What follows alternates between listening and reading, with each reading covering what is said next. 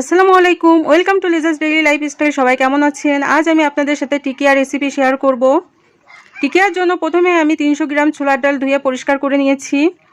আর এখানে আমি 500 গ্রাম গরুর মাংস কেটে ধুয়ে পরিষ্কার করে নিয়েছি। আর অফ ক্যামেরায় টিকিয়ার জন্য প্রয়োজনীয় মশলাগুলো আমি কেটে রেডি করে নিয়েছি।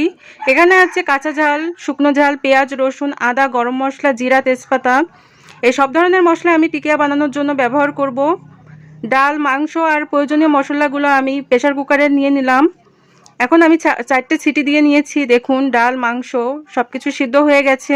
এখন আমি টিকিয়ার মিশ্রণগুলো শিলপাটায় বেটে নিব। শিলপাটায় আমার বাটা হয়ে গেছে, আমি তুলে নিয়েছি। সাথে আমি কাঁচা ঝাল, পেঁয়াজ কুচি করে নিয়েছি।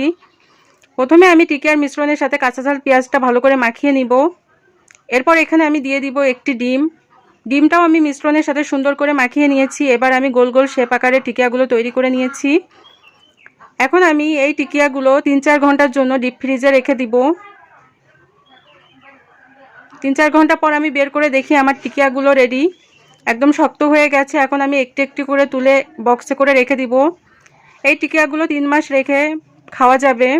যখন ইচ্ছা হবে আমি বের করে নিয়ে ভেজে খেতে পারবো।